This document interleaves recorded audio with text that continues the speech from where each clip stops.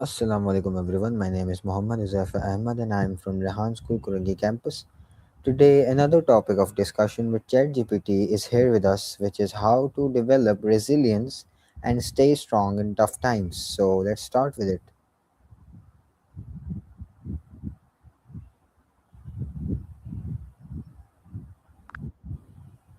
Hey ChatGPT, today the topic of discussion with you is how to develop resilience and stay strong in tough times.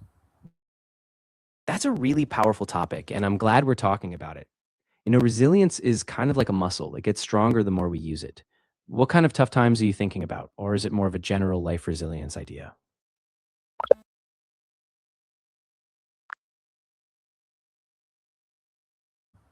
I want you to first tell me what exactly is resilience in easy words. Is it about being tough or is there something more nuanced to it?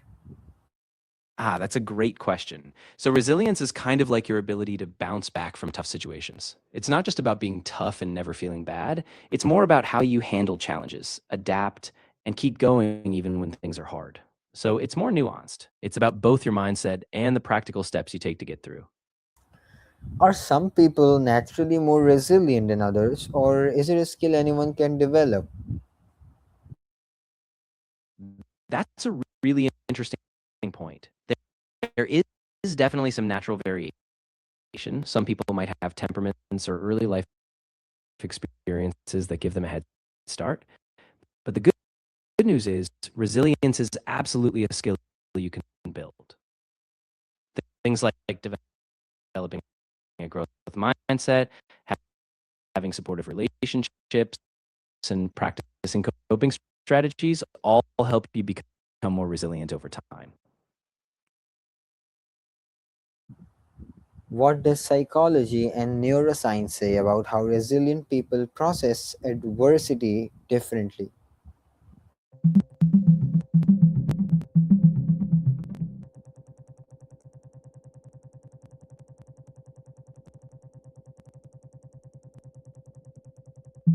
In psychology and neuroscience, resilient people process adversity in a more adaptive way. They often have a growth mindset, reframe challenges, and balance their emotions, both negative and positive.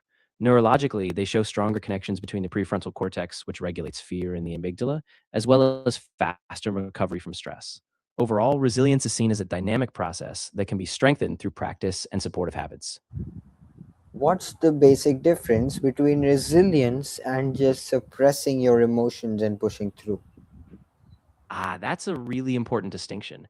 Resilience isn't about ignoring or suppressing your feelings. It's actually about acknowledging them, feeling them, but then choosing how to respond. You process the emotions, reflect on them, and still take steps forward. Suppressing, on the other hand, might make you feel numb or just delay the stress, but it doesn't help you grow or adapt in the long run. How does your support system, aka family, friends, and community, affect your ability to be resilient, or do they don't affect at any cost? Oh, they have a huge impact. Having the strong support system can make all the difference. When you have people you trust, whether family, friends, or a broader community, they give you a sense of safety, perspective, and encouragement. They can help you reframe situations, remind you of your strengths, and provide practical help. So they don't just affect resilience a little, they're often central to it. Now tell me, what role does mindset play in resilience, and can changing how you think about hardship make you stronger? Absolutely. Mindset is really at the heart of resilience. People with a growth mindset, for example, see hardship as a chance to learn and grow rather than a dead end. By changing how you think, seeing challenges as temporary or believing you can improve, you build a kind of mental muscle. Over time, that shift in thinking not only helps you cope better, but it also strengthens your ability to handle future setbacks. How do you build resilience before a crisis hits, not just during or after one? Y- Yeah, that's a great approach. It's definitely better to build it proactively. You can do this by cultivating a supportive network, practicing mindfulness or stress reduction techniques, setting realistic goals, and regularly stepping out of your comfort zone. even small daily habits like journaling or staying physically active.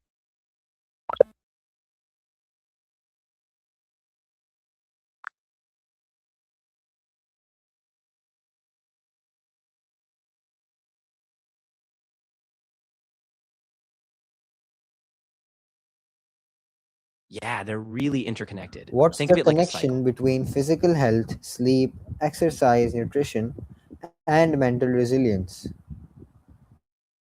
Yeah, so they all feed into each other. When you're physically healthy, thanks to good sleep, regular exercise, and balanced nutrition, your brain works better. You have more energy, clearer thinking, and a better mood. And all of that makes it easier to bounce back from stress or challenges. So, in short, taking care of your body really supports your mental resilience, making you more adaptable in tough times. Give me the answer in detail for the question: how do the most resilient people in history, which are survivors, athletes, and leaders, describe what kept them going? That's a really powerful question. When you look at some of the most resilient people, like survivors of extreme hardships, elite athletes, or transformative leaders, many of them talk about a few common threads. First, they often emphasize a sense of purpose. Knowing why they're pushing forward gave them meaning. They also talk about having a strong support system, friends, family, mentors who kept them going when they felt like giving up. Another big piece is reframing failure, not as something final, but as a step in a bigger journey. And finally, they describe small, consistent steps, not just big leaps, keeping them moving forward, even when things got tough.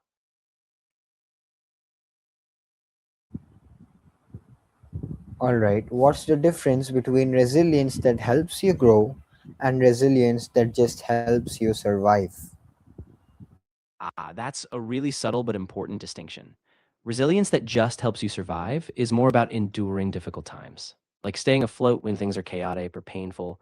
You make it through, but you might stay the same. Resilience that helps you grow, on the other hand, takes those intense challenges and actually transforms you. You come out with new skills, new perspectives, and a deeper sense of confidence. So, growth oriented resilience is about using adversity as a catalyst for positive change, not just getting by. Now, lastly, what's one habit someone can build starting today to strengthen their resilience before they need it? A really powerful habit is setting aside a few minutes each day for reflection, kind of like a daily check in. You might jot down what went well, what was tough, and how you responded.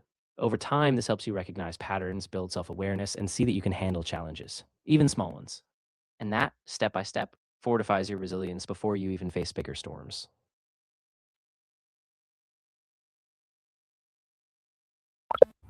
Alright, everyone, this was the end of my discussion with ChatGPT for today. Until the next one, Allah Hafiz.